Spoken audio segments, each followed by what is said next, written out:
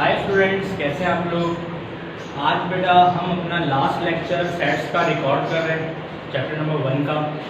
और आपको याद होगा पिछले लेक्चर के अंदर मैंने आपको फंक्शंस पढ़ाए थे, और जो फंक्शंस थे बेटा हमारे पास, मैंने आपको बताया था कि फंक्शन क्या होती है, उसकी डेफिनेशन अगर आपको याद हो, जिसमें एक डिपेंडेंट और एक इंडिपेंडेंट वेरिएबल होता है, जिसमें y वेरिएबल जब डिपेंड करता है x पर तो y फंक्शन बन जाता है किसका, x का। ये बात मैंने आपको बताई थी।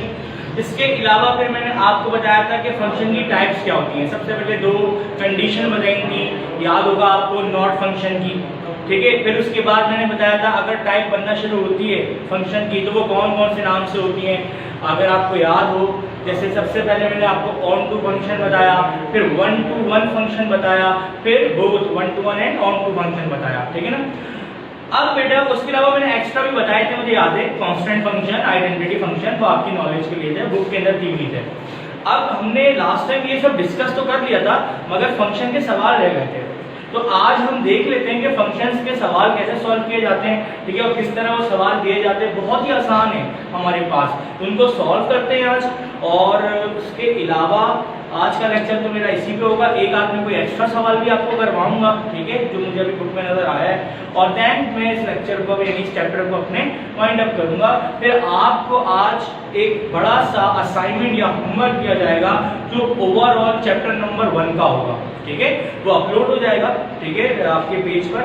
लेकिन आपने क्या करना है, 2 से 3 दिन के अंदर उसको पूरा सॉल्व करके मुझे किसी तरह चेक करा देना है, ठीक है, या सॉल्व कर लेना। उसकी एक फाइल बनानी है, उस फाइल में उसको आपने क्या करना होगा बेटा, सॉल्व करना होगा, ठीक, ताकि आपकी तैयारी भी हो जाए और आपको और मुझे भी समझ में आए कि आपने कितनी तैयारी करी इस वीडियो के जरिए, कितना पढ़ा है इस चैप्टर नंबर 1 को, ठीक। तो आप उस पूरे सवालों को बगैर देखे क्या करोगे, समझ लो एज अ टेस्ट ही है, सॉल्व करोगे, ठीक है। ठीक है, स्टार्ट करते बेटा। हमारा आज का पहला सवाल फंक्शन का क्या है, जैसे कि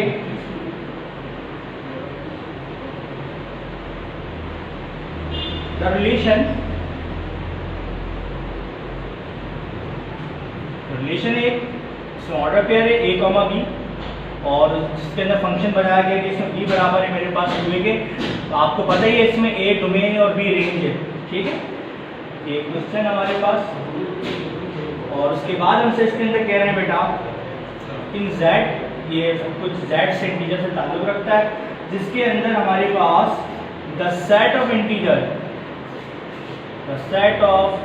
इंटीजर्स गिवन है, कितना, हैज द डोमेन, उसने जिसकी डोमेन क्या गिवन है वो भी देख लेते हैं। हैज द डोमेन, हमें गिवन कर दी गई है डोमेन, उसका सेट दिया गया है -1, 0, 1 और 2, 4 एलिमेंट्स हैं इसके अंदर, -1, 0, 1 और 2। फाइंड इट्स रेंज, सवाल ये है कि इसकी रेंज मालूम करें। अगर फंक्शन दिया है और डोमेन गिवन करिए तो रेंज मालूम करें। अब बोलेंगे फंक्शन क्या दिया है, भाई ये जो चीज दी है ये फंक्शन है, b = 2 है आपका, क्या है बेटा, फंक्शन, जिसमें याद आए a क्या है आपके पास, मैं ऐसे लिख रहा हूँ, डोमेन है, ये d लिख रहा है, डोमेन है, और ये b क्या है, रेंज है, ठीक है। तो एक फंक्शन बना है डोमेन और रेंज का, जिसमें रेंज जो है वो डोमेन के 2 गुना है, यानी b बराबर है इसके 2a के। और कहते हैं इसके अंदर जो इसकी डोमेन है वो कौन है हमारे पास, -1, 0, 1, 2, ये सब a है आपके, ये a का सेट है जो यहाँ पुट होगा, एक एक करके पुट होगा। मगर पहले -1 है, फिर 0 है, फिर 1 है, फिर 2 है। ये तमाम डोमेन्स की मदद से हमने क्या निकालनी है बेटा, रेंज निकालनी है, ठीक है। सवाल है ना, फाइंड इट्स रेंज। तो एक फंक्शन दिया, आप देखते हो फंक्शन का सवाल कैसे करते हैं। एक सवाल आप देखेंगे आपको समझ में आ जाएगा मेथड कि किस तरह सवाल को अटेम्प्ट किया जाता है। अभी हमारे पास बेटा इसके अंदर हम गिवन लिखते हैं। गिवन कंडीशंस क्या हैं भाई, गिवन कंडीशंस ये हैं कि हमारे पास इसमें फंक्शन जो है, मैं हेडिंग भी दे देता हूँ, जो फंक्शन है ना एक्चुअली वो कौन सा है, b = 2 है, ये फंक्शन है,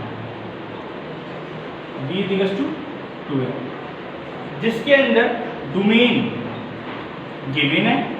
डोमेन किसको बोल रहा हूँ मैं, a को, इसका सेट गिवन है, -1, 0, 1 और 2।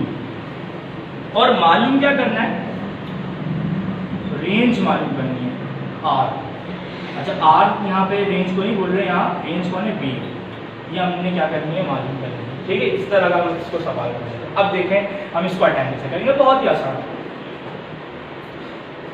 बाय यूजिंग एक वर्डिंग आएगी, by using given function we find its range. हम इसकी क्या मालूम कर रहे हैं, फंक्शन के जरिए रेंज मालूम कर रहे हैं। सही है, ये वर्डिंग आपने लिखी बेटा। अब आप बताओ कि फंक्शन है क्या। फंक्शन है एक्चुअली b इक्वल्स टू 2 और फिर आपने बारी बारी यहाँ पे पुट करना है। देखो भाई, जब आपने पुट किया a इक्वल्स टू क्या क्या, पहले कौन पुट होगा, -1, तो फिर रिजल्ट क्या बनेगा, उसी के आगे करो। तो ये हो जाएगा b equals to 2 multiply by -1। इस पर b जब आपने पुट किया a इक्वल्स टू -1, तो b equals to 2 multiply by -1, b की वैल्यू बनेगी 2 × 2, मगर किसका 2, माइनस का 2। तो इसका मतलब ये हुआ कि -1 पर वैल्यू आ रही है -2, यानी ये a बारी बारी इस फंक्शन में क्या करना है, हमने पुट करना है। पहले कौन सा पुट हो गया, -1, अब कौन सा a पुट होगा अगली बारी में, 0, फिर उसकी अगली बारी में 1, फिर उसकी अगली बारी में कौन पुट होगा बेटा, 2। पहले कौन पुट हुआ बताया हमने, -1। अब किसकी बारी है, 0 की। बिल्कुल उसी तरह से मैं लिखूंगा कि b आपके पास 2a के बराबर था, लेकिन मैं पुट करना चाह रहा हूं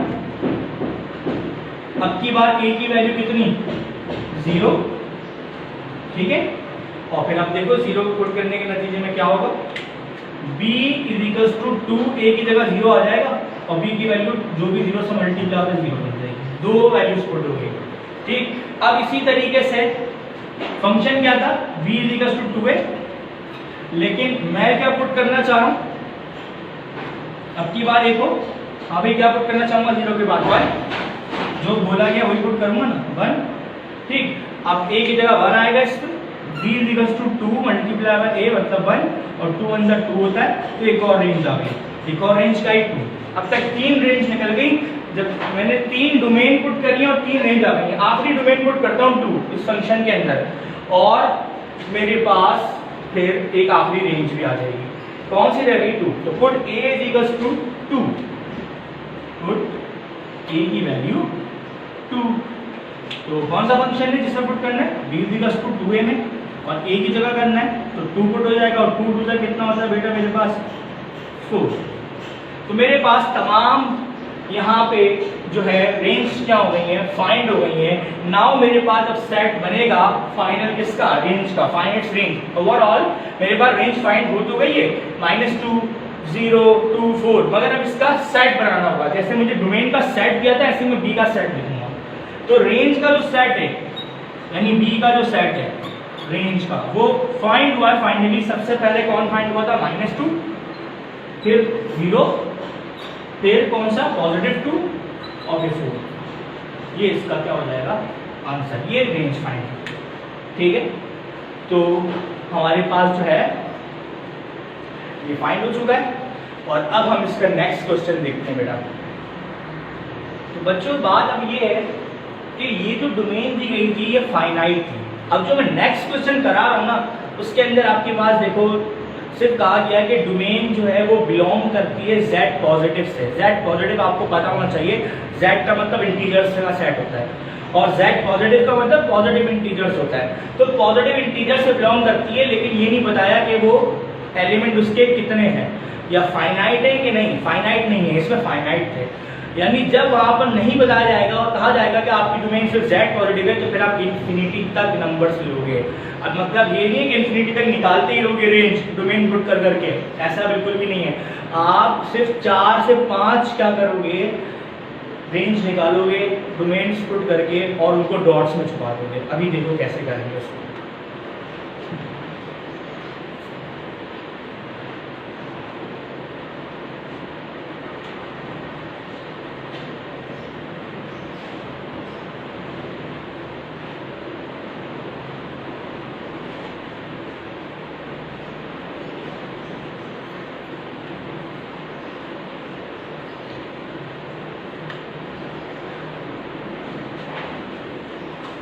चलो देखो नेक्स्ट क्वेश्चन देखते हैं। अब सवाल ये बेटा हमारे पास कि द रिलेशन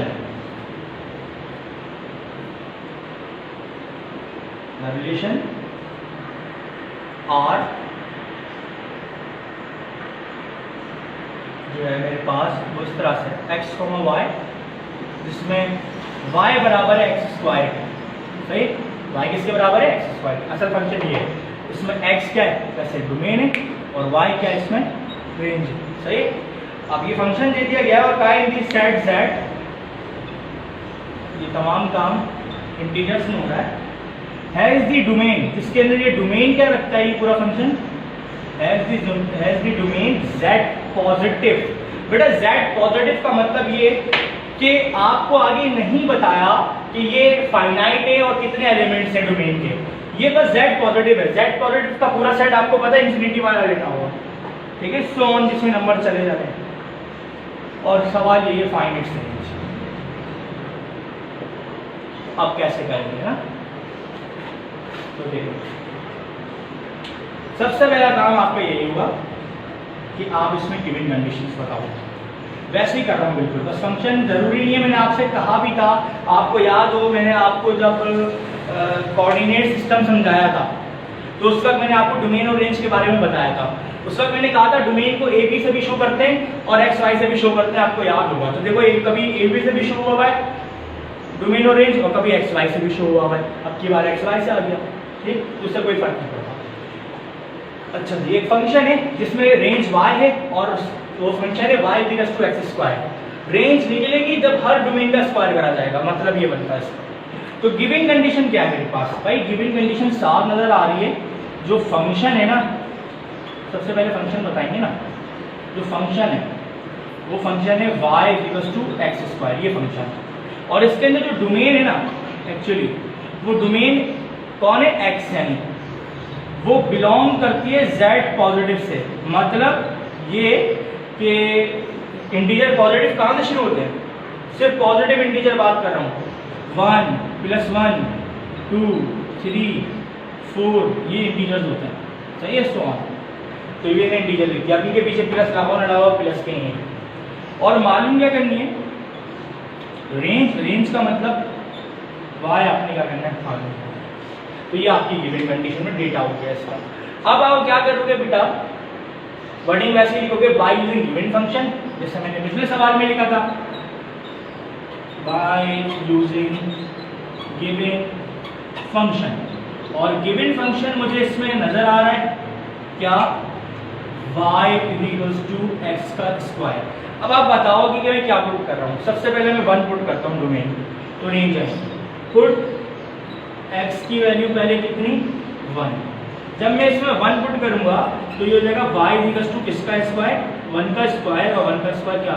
1। तो जब मैंने पहली डोमेन पुट करी पॉजिटिव इंटीजर की, तो रेंज आ गई पहली 1। अब मैं इसी तरह दोबारा फंक्शन लिखता हूँ, y equals to x square मेरा फंक्शन है। और मैं बताता हूँ मैं अब की बार इसमें सेकंड एलिमेंट पुट कर रहा हूँ रेंज का, वो है 2, यानी पुट x इक्वल्स टू 2। तो देखते हैं इस पे क्या आता है। ये हो जाएगा y इक्वल्स टू एक्स का स्क्वायर, मतलब 2 का स्क्वायर, x की जगह 2 पुट हो गया, और 2 का स्क्वायर कितना हो जाएगा बेटा मेरे पास? 4, y की वैल्यू 4 आ गई, सही। अब इस तरीके से बेटा मेरे पास थर्ड वाला भी पुट होगा, 1 हो गया, 2 हो गया। अब तीसरा जो मेरे पास एलिमेंट है डोमेन का वो है 3, तो बताएंगे वैसे ही पुट x इक्वल्स टू 3। जब हम इसमें 3 पुट करेंगे इसके अंदर, ये था ना फंक्शन एक्स स्क्वायर, तो ये हो जाएगा y इक्वल्स टू किसका स्क्वायर?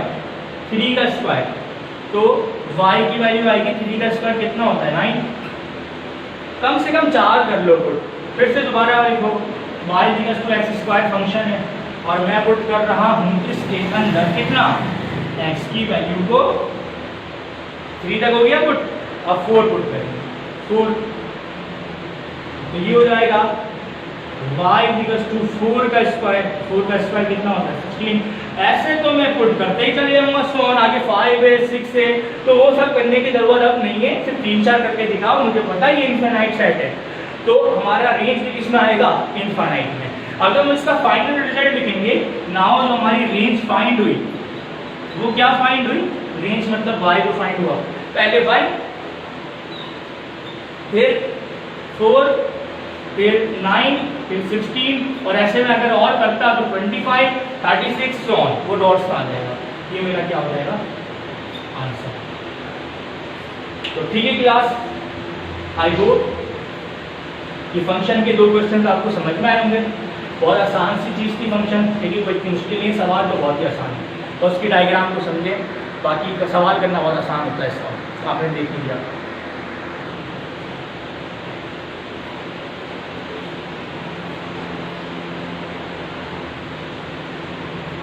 बेटा अब हम नेक्स्ट क्वेश्चन करेंगे, वो फंक्शन से हट कर ऑर्डर पेयर से आपके पास एक सवाल है। ऑर्डर पेयर्स का यानी बाइनरी रिलेशंस आपने सीखे थे ना, तो कार्टेशियन प्रोडक्ट आपने सीखी थी ना, उसका सवाल है।